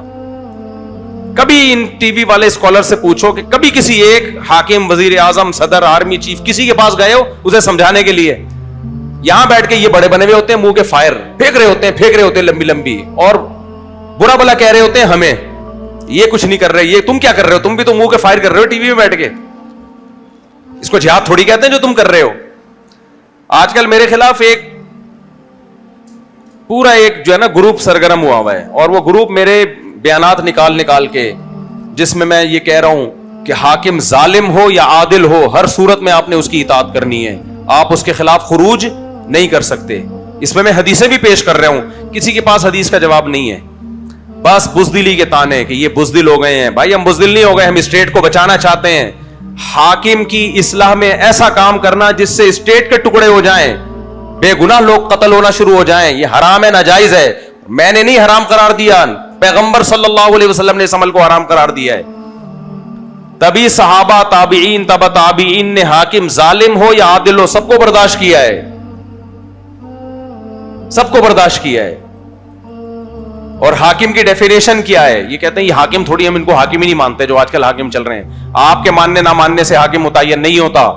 حاکم کی ڈیفینیشن یہ قوت نافذہ ہو, پاور ہو اس کے پاس, وہ اپنے آرڈر کو بذریعہ طاقت منوا سکتا ہو, از کالڈ حاکم.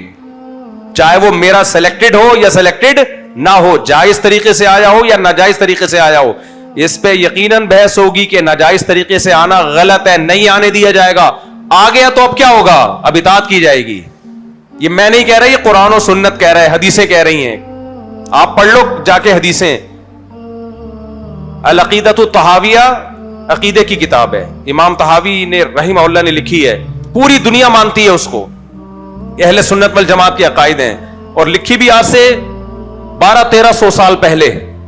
اس وقت معاذ اللہ حکومتی غلام تھے. انہوں نے لکھا ہے کہ ہم ائمہ کے خلاف, جو بھی حاکم ہے اس کے خلاف خروج کو حرام سمجھتے ہیں, چاہے وہ عادل ہو چاہے وہ ظالم ہو. یہ اس کا پرسنل معاملہ ہے.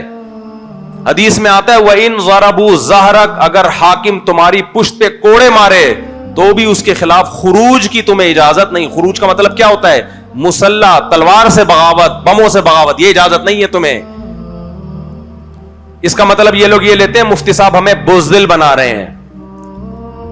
آپ بھی منہ کے فائر سے ہی بہادر بنا رہے ہو, خالی بزدل تو آپ بنا رہے ہو.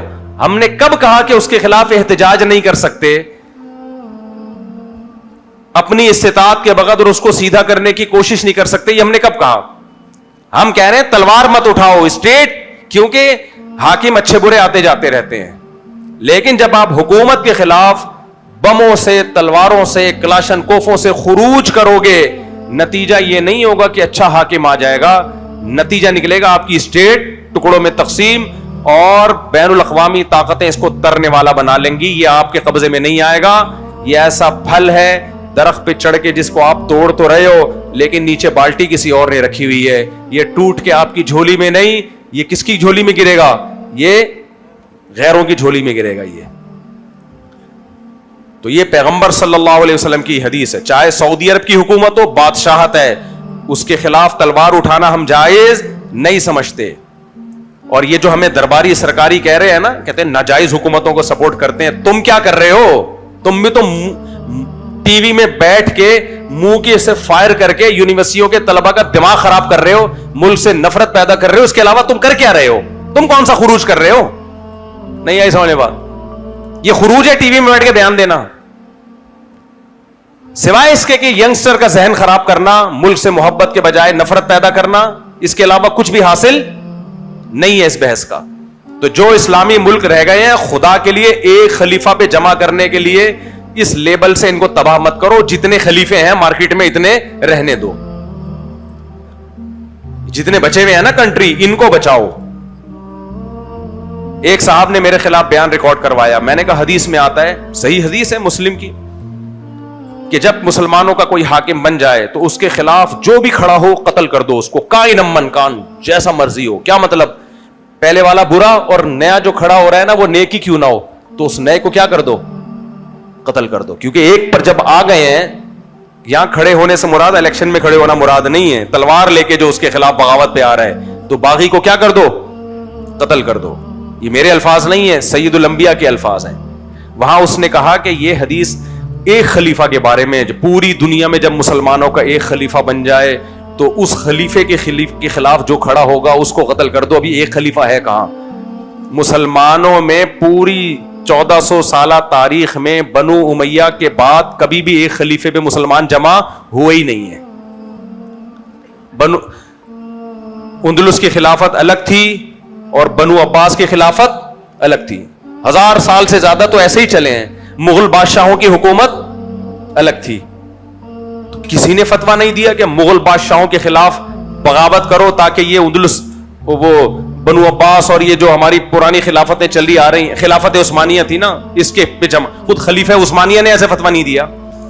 اس لیے کہ علماء نے لکھا ہے کہ جب مسلمان دنیا بھر میں پھیل گئے تو ان کا ایک خلیفہ پہ جمع ہونا عملی طور پر ناممکن ہے, پریکٹیکلی ممکن نہیں ہے. یہ پریکٹیکلی یہ ممکن نہیں ہے, کیونکہ اتنا دور دور تک ایک خلیفہ پہ اتنی بڑی خلافت قائم ہو, یہ کیسے ممکن ہے؟ تو اگر مختلف خلیفے بھی ہو سکتے ہیں, مختلف جگہوں پہ مختلف حکومتیں بھی ہیں, تو ٹھیک ہے. علامہ شوکانی رحمہ اللہ نے لکھی یہ بات, اور بہت سارے علماء نے, کہ اب یہ نہیں ہوگا کہ ایک علاقے میں دوسری حکومت ہے تو ان سب بادشاہوں کے خلاف تلوار اٹھا کے آپ سب کو قتل کر دو اور ایک پہ لے آؤ. وہ ایک ہوگا کون؟ اس پہ لا سکو گے نہیں لا سکو گے, وہی ایجنٹ انقلاب کسی بیرونی ادارے کا, یہ فیصلہ کرے گا کون؟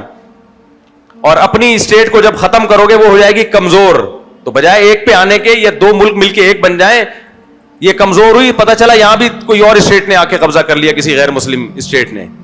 تو اس لیے جتنے اسلامی کنٹری رہ گئے ہیں ان کو متحد کرنے کی کوشش ضرور کریں, ایک بلاک بنائیں, متحد ہو جائیں, محبت سے رہیں, لیکن زبردستی ان کو ایک بادشاہ ایک امیر کے تحت لانے کی کوشش تلوار کی طاقت سے کرنے کی کوشش کی تو یہ ایک خلیفہ نہیں آئے گا. یہ اگر ابھی 50 خلیفے ہیں تو یہ 50,000 خلیفے ہو جائیں گے مارکیٹ میں. سمجھ میں آ رہی ہے بات؟ یہ وہی بات ہے جو میں اہل حدیثوں سے کہتا ہوں کہ 4 فقہ ہے نا, یہ کہتے ہیں قرآن حدیث کے نام پہ ایک کرو, یہ 4,000 ہو جائیں گے, ایک نہیں ہوں گے. کیونکہ اہل حدیثوں میں ہر شخص کا ایک الگ فقہ ہے, ہر اہل حدیث ایک امام ہے اپنے مسلک کا, وہ دوسرے کی بات نہیں مانتا, اس سے فتویٰ لو وہ اس کی بات نہیں مانے گا. تبھی آپ نے ٹیلی ویژن, میں اہل حدیث کو اہل سنت والجماعت میں داخل سمجھتا ہوں, اتنا کچھ مخالف بولنے کے باوجود بھی. یہ مطلب نہیں ہے کہ وہ بھی جہنمی ہے, لیکن جس ٹریک پہ وہ لے کے چل رہے ہیں نا امت کو متحد کرنے کے, وہ متحد کرنے کا ٹریک سوٹیبل نہیں ہے, اس سے متحد نہیں ہوں گے, ٹوٹتے چلے جا رہے ہیں. متحد وہی ہوں گے جو 1400 سال سے جو طریقہ چلا آ رہا ہے کہ چاروں ائمہ برحق ہیں, چاروں میں سے کسی ایک کو فالو کرو بس. اب تحقیق کے نام پہ نئے نئے مجتہد مارکیٹ میں لانے کی کوشش مت کرو. تبھی آپ نے دیکھا ہوگا ٹی وی میں کبھی 2 اہل حدیث عالم ایک ساتھ نہیں بیٹھتے, کیونکہ اگر ڈیبیٹ ہوگی نا دونوں کا رائے الگ الگ ہوگی. 2 بریلوی بیٹھ جائیں گے, 4 دیوبندی بیٹھ جائیں گے, 2 اہل حدیث کبھی نہیں آئیں گے. اہل حدیث کا ایک ہی نمائندہ آئے گا, کیونکہ وہیں 20 مسائل ایسے ہیں, وہ اہل حدیث کچھ اور کہے گا, وہ کچھ اور, وہ کچھ اور, تو یہ امت 4 کے بجائے 4000 فرقوں میں تقسیم ہو جائے گی. تو ایسے ہی جو کہہ رہے ہیں نا ساری دنیا میں مسلمانوں کا ایک خلیفہ ہونا چاہیے, آج کل یہ تحریکیں یونیورسٹیوں میں چل رہی ہیں, ہم یہ ختم کریں گے بادشاہی نظام اور الیکشن والا نظام, ایک خلیفہ آئے گا, ایک خلیفہ. اس ایک خلیفہ کے چکر میں اپنے ملک میں دھماکے, اپنے ملک کی نفرت لوگوں کے دلوں میں, ہم نے ان ظالموں سے جان چھڑانی ہے, ایک خلیفہ. بھائی چھڑاؤ, الیکشن کے ذریعے چھڑانے کی کوشش کرو, جو طریقہ مارکیٹ میں چل رہا ہے. آپ کہہ سکتے ہو ہم جمہوریت کو فروغ دیں, جمہوریت پہ لعنت بھیجتا ہوں 100 دفعہ, میں نہیں مانتا, لیکن پریکٹیکلی آپ کے پاس اس کے علاوہ کوئی آپشن ہے ہی نہیں. دیکھو ایک مجھے مثال دو, ایک آدمی کو زنا کا خطرہ ہے, اس کے لیے لڑکی میسر ہے, اہل کتاب, عیسائی لڑکی ہے, کرسچن لڑکی ہے, نہیں نکاح کرتا تو اور کوئی رشتہ اس کے لیے اویلیبل ہے ہی نہیں, 20 سال تک چانس ہے کہ نہیں ہوگا. اب وہ کہہ رہے میں اسی کرسچن لڑکی سے کر لیتا ہوں, زنا سے تو بچوں گا, گھر تو بنے گا, میرا اولاد تو ہوگی. آپ کہہ رہے یار کرسچینٹی کو تم اسلام پہ ترغیب دے رہے ہو, مسلم لڑکی کو چھوڑ کے کرسچن سے کر رہے ہو. وہ کہے گا بھائی میرے پاس اس کے علاوہ اور کچھ اویلیبل ہے ہی نہیں, تو میں کیا کروں؟ میں ترجیح تھوڑی دے رہا ہوں اسلام پہ کسی کرسچن کو, میرے پاس اس کے علاوہ کوئی آپشن ہے ہی نہیں. تو شریعت کہتی ہے some thing is better than nothing. آپ کے ملک میں آپ کے پاس جمہوری طرز کے علاوہ کسی کو سلیکشن کرنے کا آپشن ہے ہی نہیں. جب نہیں ہے تو پھر یہ بحث کے جمہوریت کفر ہے یا فلانا ہے ڈمکانا, یہ بیکار کی باتیں ہیں, ٹائم ویسٹنگ ہے اور کچھ بھی نہیں ہے. آپ اس نظام کو تبدیل ہی نہیں کر سکتے, آپ کے پاس ہے کیا؟ ہاں ٹی وی میں بیٹھ کے تبدیل کر سکتے ہو جو یہ لوگ کر رہے ہیں, ٹی وی میں بیٹھ کے جمہوریت کفر ہے, ہم یہ نظام لائیں گے, ہم یہ نظام لائیں گے. ایک تحریک ہے دنیا میں خلافت کی تحریک, پوری دنیا میں خلافت کی تحریک, اور وہ ہمارا اور آپ پر محنت نہیں کرتی, وہ اسلامی ملکوں کے فوجیوں پہ محنت کر رہے ہیں وہ لوگ, اور یونیورسٹیوں کے اپر لیول کے لوگوں پہ محنت کر رہے ہیں. آپ کی ایک کریم تیار ہوتی ہے یونیورسٹیوں میں جو ملک کی خدمت کرے گی, ملک کو ترقی دے گی. فوج میں کریم تیار ہوتی ہے جو فوج ملک کے لیے لڑے گی. اس کریم پہ محنت کر رہے ہیں کہ بغاوت کرو اور پاکستان میں خلافت لے کے آؤ, مصر میں خلافت لے کے آؤ, عراق میں خلافت, یہ سارے اسلامی ملکوں میں, سعودی عرب میں بھی شاید ہو. آپ کو پتا ہے اس خلافت کی تحریک کا مرکز کہاں ہے؟ برطانیہ میں. جو ہماری خلافت کا گلا گھوٹنے والا تھا. ان نوجوانوں سے میں کہتا ہوں خدا کے بندو تم غلط استعمال ہو رہے ہو. کہتے ہیں نہیں قرآن میں خلافت کا نہیں ہے, ہمیں حکم نہیں ہے خلیفہ ہونا چاہیے. تو میں جواب میں کہتا ہوں تمہاری, ہم جو قرآن میں یہ بھی تو ہے جو بس میں ہے وہ کرو, جو آپ کے بس میں. موسیٰ علیہ السلام کے بس میں نہیں تھا فرعون کی حکومت کا خاتمہ کر دینا, ان کے بس میں تھا زبانی دعوت دینا, انہوں نے دی. خاتمہ کس نے کیا؟ اللہ نے. معجزے دکھائے اللہ نے. آپ کے بس میں جو ہے آپ وہ کریں, معجزے کس پہ چھوڑ دیں؟ آپ اللہ پہ چھوڑ دیں, وہ اللہ کرے گا, وہ آپ کرنے کی کوشش نہ کریں. آپ 313 کا بدر میں 1000 سے مقابلہ یہ نبی کے ارادے سے نہیں ہوا, یہ ایک اتفاقی واقعہ تھا. معجزے کس نے دکھائے اس میں؟ اللہ نے. اللہ نے معجزے دکھائے ہیں اس میں, ورنہ حکم نہیں ہے کہ 313,000 سے جا کے لڑیں, یہ آرڈر نہیں ہے, یہ ایک اتفاقی لڑائی تھی. تو اب یونیورسٹیوں میں اور آج کل ایسے سوشل میڈیا پہ اسکالرز آ رہے ہیں, ہمیں بھی درباری سرکاری بول رہے ہیں کہ بغاوت کے خلاف ہیں یہ لوگ, خروج کے خلاف ہیں یہ لوگ, اور بزدل ہیں.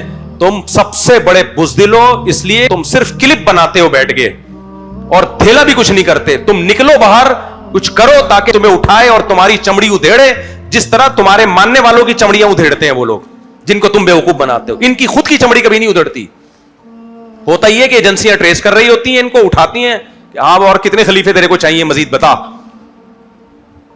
ان کے سافٹ ویئر اپڈیٹ نہیں ہوتے. اپڈیٹ کس کے سافٹ ویئر ہوتے ہیں؟ جو نیچے. ان کے کیوں نہیں ہوتے؟ ایجنسیاں دیکھ رہی ہوتی ہیں کہ اس ٹائپ کے جتنے لوگ ہیں نا پہلے جمع ہونے دو سارے, ایک ہی دفعہ میں سب کو کھڈے لائن لگائیں گے. تو یہ نوجوانوں کی, یونیورسٹی کے لڑکوں کی زندگیاں تباہ کر رہے ہیں, برباد کر رہے ہیں خلافت کے نام پہ.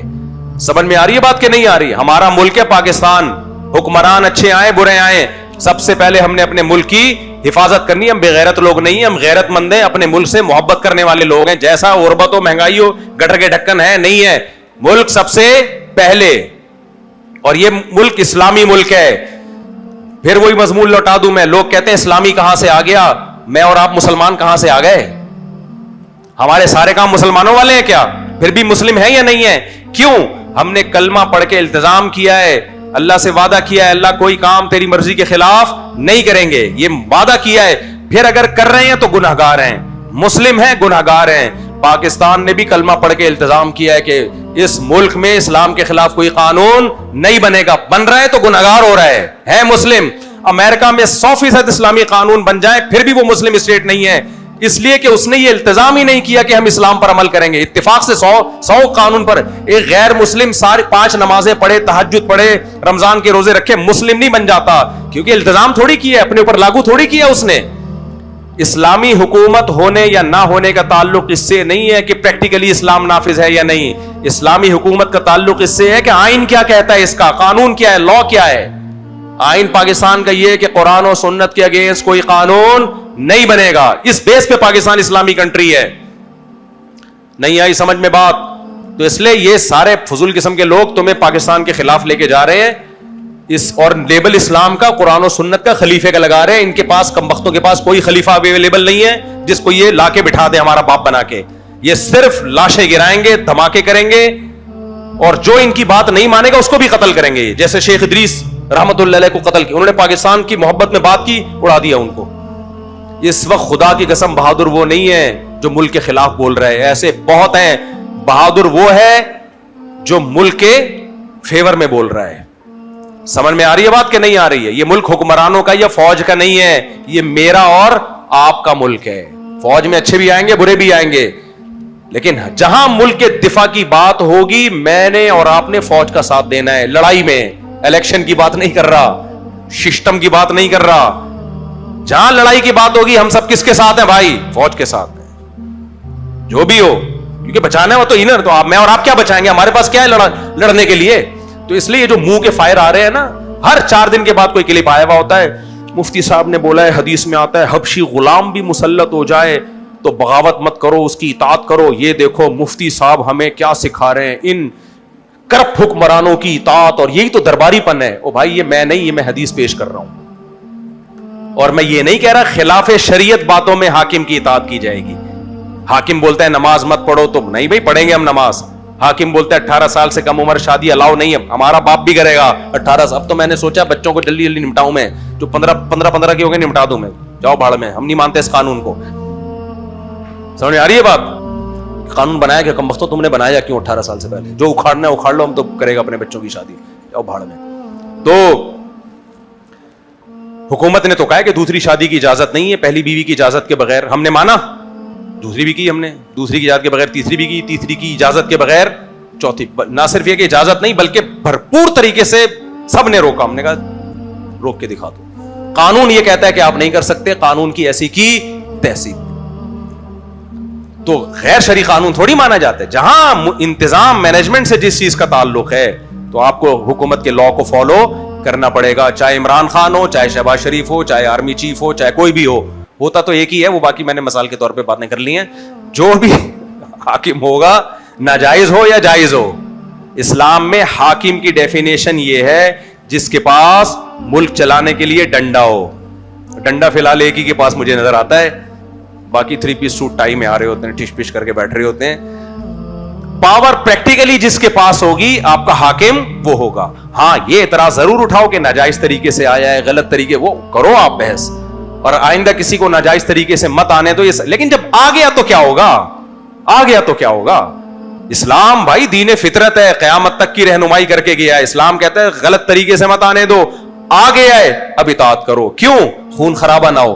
بعض چھوٹی برائی کو بڑی برائیوں سے بچنے کے لیے برداشت کیا جاتا ہے. یہ عقیدے کی کتابوں میں مسئلہ ہے.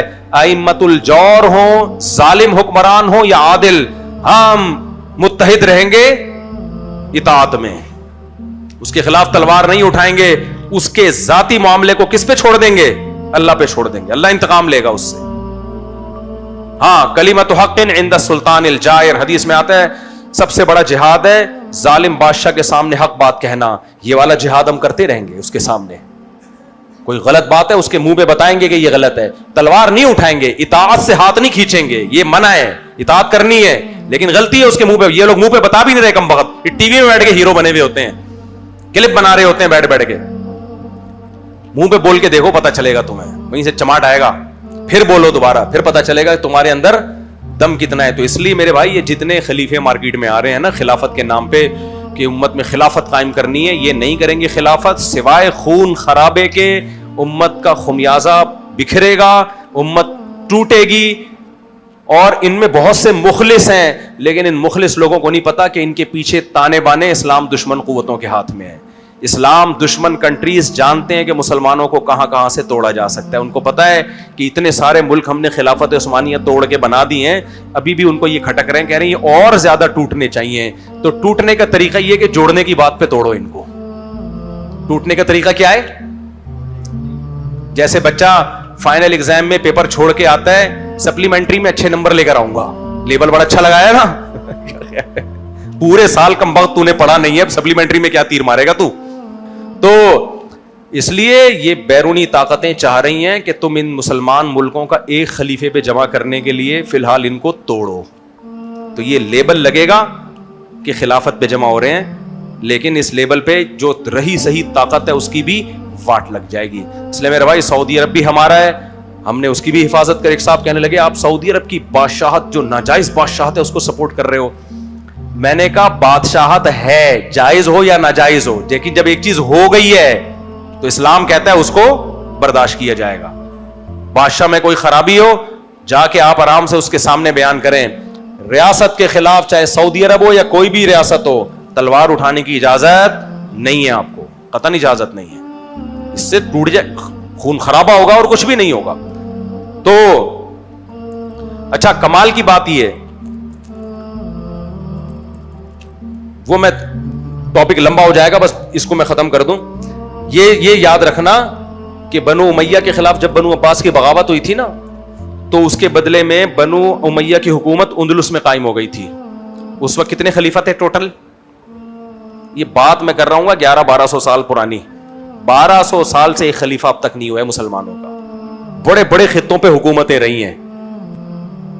سمجھ میں آ رہی ہے بات؟ تو جب 1200 سال سے نہیں رہا, تم ابھی بلا وجہ کے خلیفے پہ کیوں لا رہے ہو؟ خلافت عثمانیہ تھی, وہ بھی بہت بڑے حصے پہ, لیکن مغلوں کی حکومت, ہندوستان میں مسلمانوں کی حکومت الگ تھی, وہ اس خلافت کے تحت نہیں تھی. اس کو برداشت کیا امت نے, کوئی بات نہیں یار, بنگلہ دیش, برما, پاکستان, انڈیا, اس پر ایک حاکم ہے, کوئی بات نہیں. ترکی میں دوسرا حاکم ہے, کوئی بات نہیں. ویلیو اس کو دی گئی ہے, تم نافذ کیا کر رہے ہو؟ اسلام نافذ کر رہے ہو تو دو الگ الگ خلیفے بھی کر لیں, کوئی بات نہیں. تو یہ جو حدیث میں آتا ہے نا کہ ایک خلیفے پہ جب لوگ جمع ہو جائیں, تو مطلب کسی علاقے میں, کسی کنٹری میں, تو جب کسی کنٹری میں کسی شخص کے پاس پاور آئے گی کہ وہ پوری کنٹری پہ اس کا جو ہے قوت نافذہ ہوگی, تو اس کنٹری میں اس کے خلاف بغاوت جائز نہیں ہے. یہ پوری دنیا کی بات نہیں ہو رہی ہے. سمجھتے ہو گے نہیں سمجھتے؟ اس لیے پاکستان سے محبت کرو, یہ ہمارے مذہب کا حصہ ہے, اس ملک کو بچاؤ. اور پوری دنیا میں اس وقت اسلامی ملکوں میں سب سے زیادہ ویلیو اگر کسی کنٹری کی ہے, میں نہیں مانتا, آپ نہیں مانتے, اسرائیل مانتا ہے, امریکہ مانتا ہے کہ وہ پاکستان ہے. وہ کون سا ہے؟ پاکستان ہے. دنیا مانتی, لیکن جن کے دماغوں میں منفیت کا گوبر بھرا ہوا ہے نا, ابھی دیکھو پاکستان مذاکرات کروا رہا ہے, پوری دنیا سلوٹ کر رہی ہے. کل میں نے دیکھا ایکچولی یہ تو قطر کو سارا کریڈٹ جاتا ہے, پاکستان تو ایسے ہی کٹ پتلی بنا ہوا ہے. اور ادھر قطر کے وزیر کا بیان آ رہا ہے پاکستان کو سلام ہے. جو قطر جو بات نہیں کر رہا کم بختوں, جو اس کو یعنی جو کارنامہ قطر نے نہیں دیا وہ تم قطر کے کھاتے میں ڈال رہے ہو, اور قطر کہہ رہا ہے پاکستان کر رہا ہے, تم کہہ رہے ہو کہ نہیں پاکستان نہیں کر رہا. یہ ملک سے نفرت ہے. یہ کیا ہے؟ یہ تمہیں کوئی ذاتی بغض ہو گیا ملک سے.